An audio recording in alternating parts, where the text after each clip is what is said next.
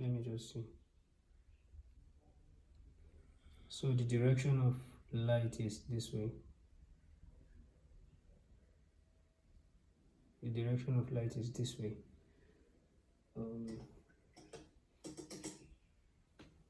It's funny that the direction of light is this way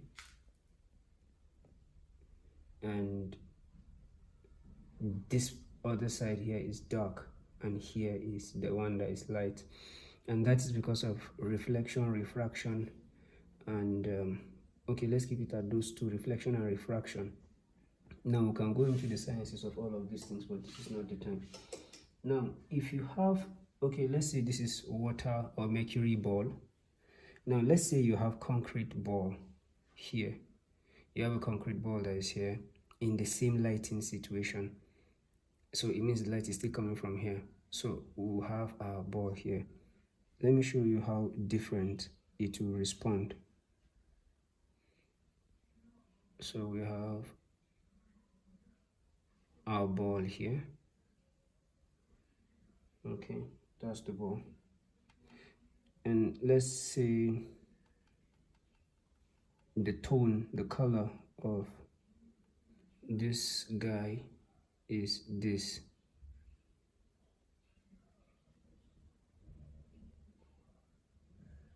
Let's say this is the color of the stone or the rock. And let's say it's a very smooth sphere. If it is a very smooth sphere and the light is coming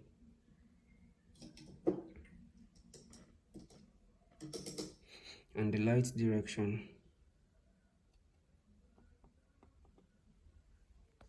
don't let this show, and the light direction is coming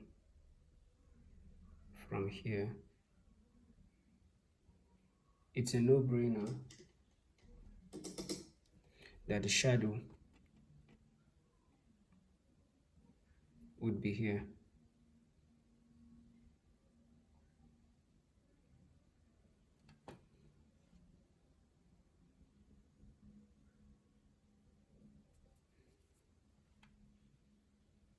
That the shadow will be here.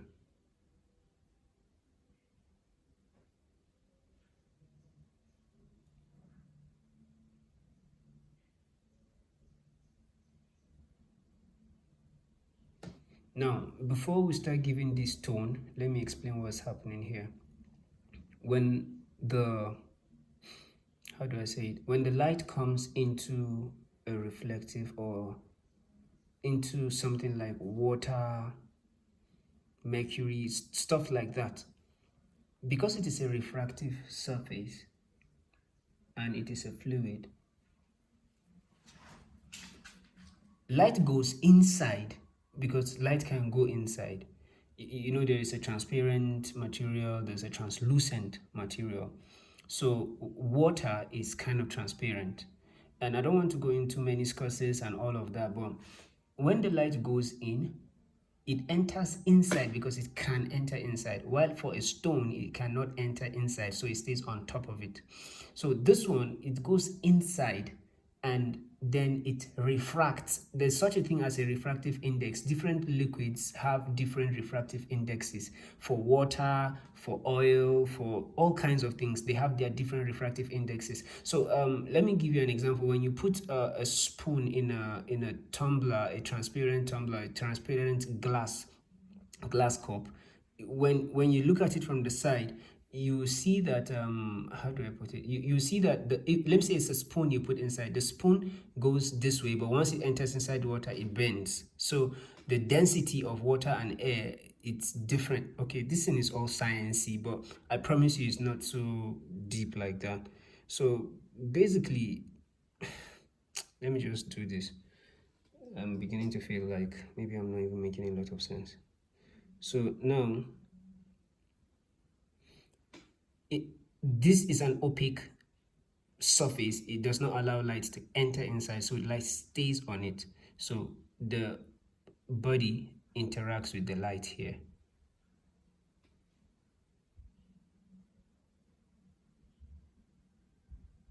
it catches the light. So this is kind of like our mid-tone now, trying to get the mid-tone based on where the light is coming from. I love acrylics. I just love acrylics. I don't know if I will ever go back to oil painting again. Maybe I should just look for who to buy my oil paints. Because I just don't have that time. I just don't. I really, truly don't have that time. It's just a breeze. That I can actually do an artwork and finish it, a painting, a big painting, and finish it in a day if I wanted to. And I'm not even talking a La Prima or something.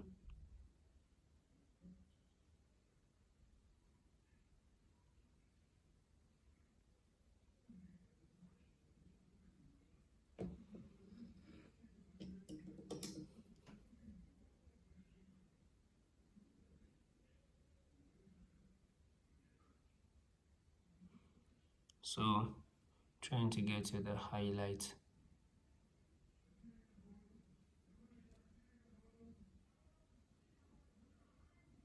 So usually when I get to this kind of situation, what I do is I just clean up my brush and use a dry brush effect for the edges, because the edges are organic edges. So, and this is kind of like wet on wet right now, so it will work perfectly for you to blend whatever it is you wanted to blend, or you need to blend, so to speak. Are you getting this? Are you understanding what I'm doing here? Okay. So that when I say dry brush effects, you know what I mean. Aha! With the color that I'm actually using right now, sure you see that this thing looks like a berry. Yes. Like, it's just to add that leaf. Maybe we'll just add the leaf and make it a berry, so that it's not just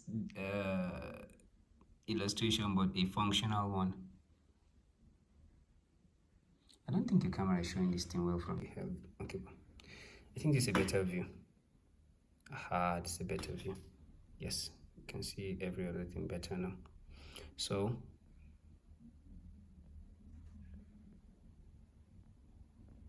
this really looks like a berry.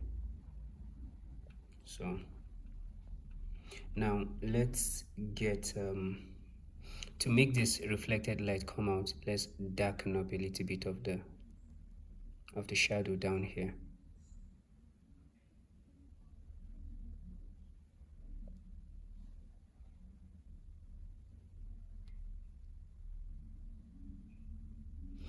It's coming from here. Okay, let's just leave it like that.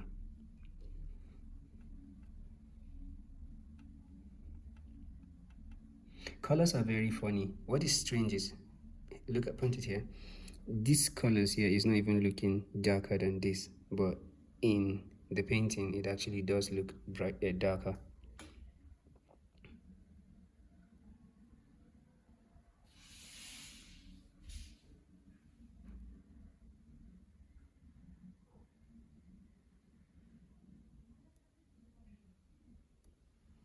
I just messed up there, but we'll fix that.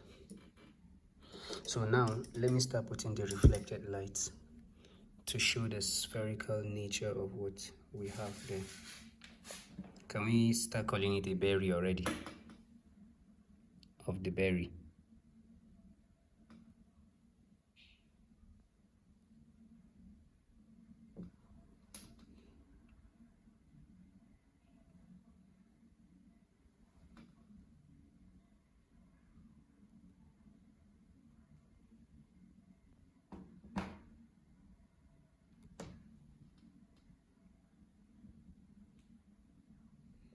So you know why we have reflected lights there, right? Yes. Okay.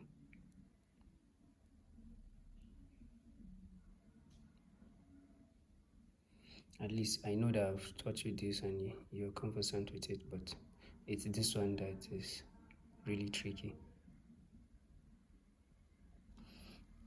This just shows how awesome God is. The craftsmanship of God. Just so amazing.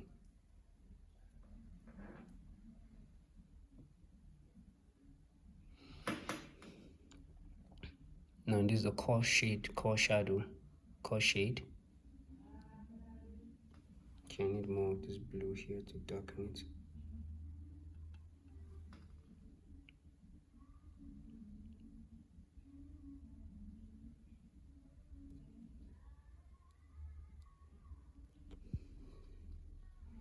So that's the core shade. This could be a pearl also, but I can hardly see a pearl that is this dark. They're usually creamy. You know what a pearl is now? Those necklaces that are like silver, like those pearls. They are usually not as dark as they are. I don't think I've seen anyone that is this dark. I'm just doing this because I mistakenly added to this side. So there are two ways I would have gone, either to reduce it using the background or just increase it and adjust every other thing. I really miss painting. I do miss painting. Wow. I remember when I was actively painting, that was 2008, 2009. Good old days. I think 2023. I know we've gone halfway already, but 2023 may just be my year of painting.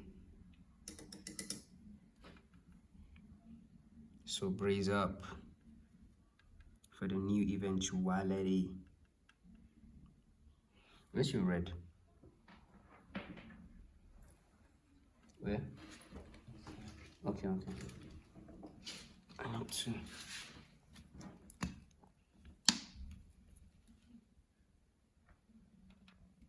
I have to shake it first, right? Yes.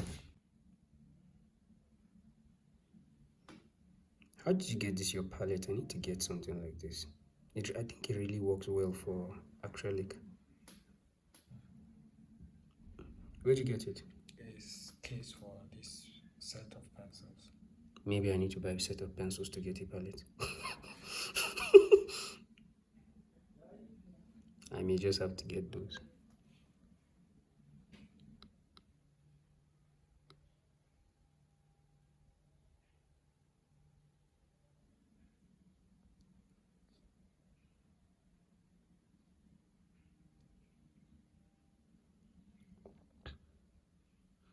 How I actually even do for my shading is that I actually do everything here like this, just make it the same. Then later on, come in to bring out my reflected light.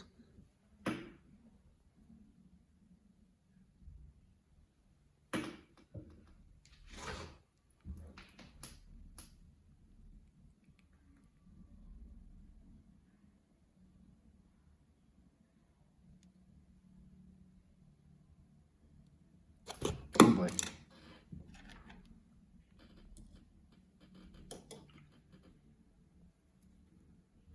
I need to go back to some dry brush effect again to smoothen out this one that I just did.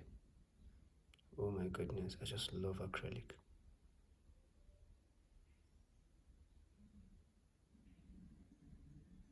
So this is what I have been missing out on all this while. And that's why I keep saying, if you don't try a media, why do I keep saying media? If you don't try a medium, you would never know if you would be good at it or not. So you could be the best watercolor artist the world has ever known, but until you touch watercolor, that would never be a reality. So try everything and see which ones stick better with you, and stay there and establish your kingdom.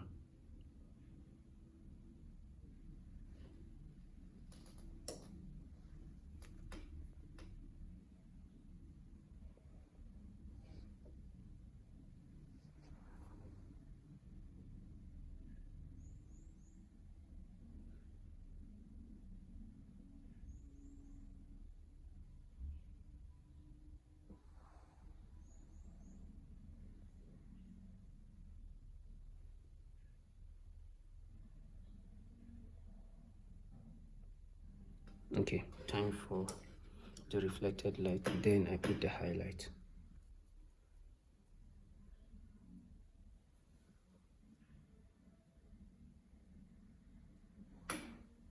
Be very careful this time around.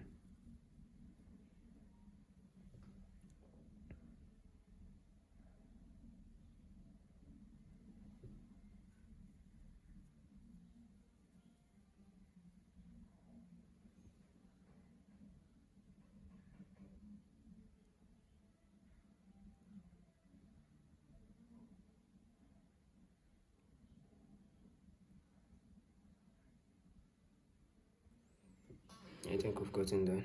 Then let's go for the highlight now.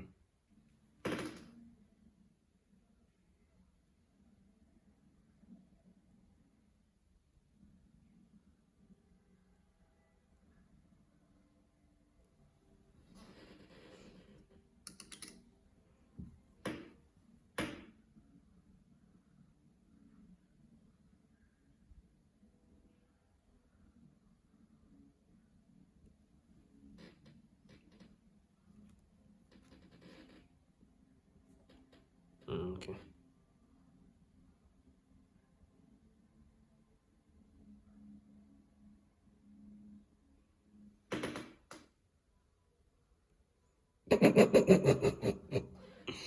What is that nonsense?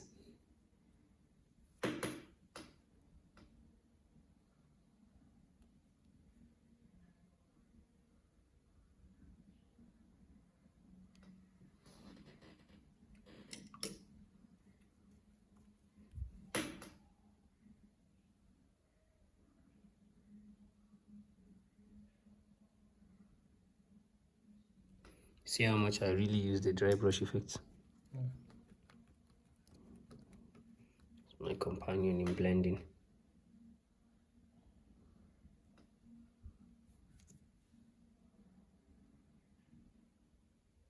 Just makes everything very soft and smooth. Because there's no pigment in the bristles, so it's what's on the canvas that is blending. That's the whole idea of the dry brush effect, so that you don't have anything in the brush. So the brush, even if it wants to do anyhow, wants to misbehave, it cannot. Why? Because it doesn't have any colors on the palette to misbehave.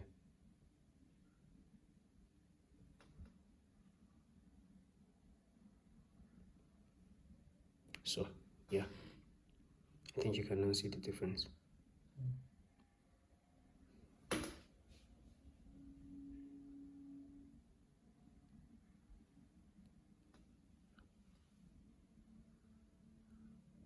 So the core shade there. So you see, this is basically the opposite. The only thing that is the same in these two, or similar, the principle that is similar, is just the highlight and reflected. Just the highlight and the reflected light is the only thing that is consistent among the two. So here you have reflected light, here you have reflected light, here you have the highlights, here you have the highlight. But the center here and the center here are different, because this one the light is on the object, this one the light entered inside the object. So this is reflection, refraction. This is just absorption and bounce. So the light bounces and all. Now another thing again, like what I was telling you about this eye, come here, this eye here, and the edge and everything. I'm telling you that you see, you rectified here and it worked. So like what you have here now, you come with your dry brush. Oh, okay, this one is dried already, but then let's still do it.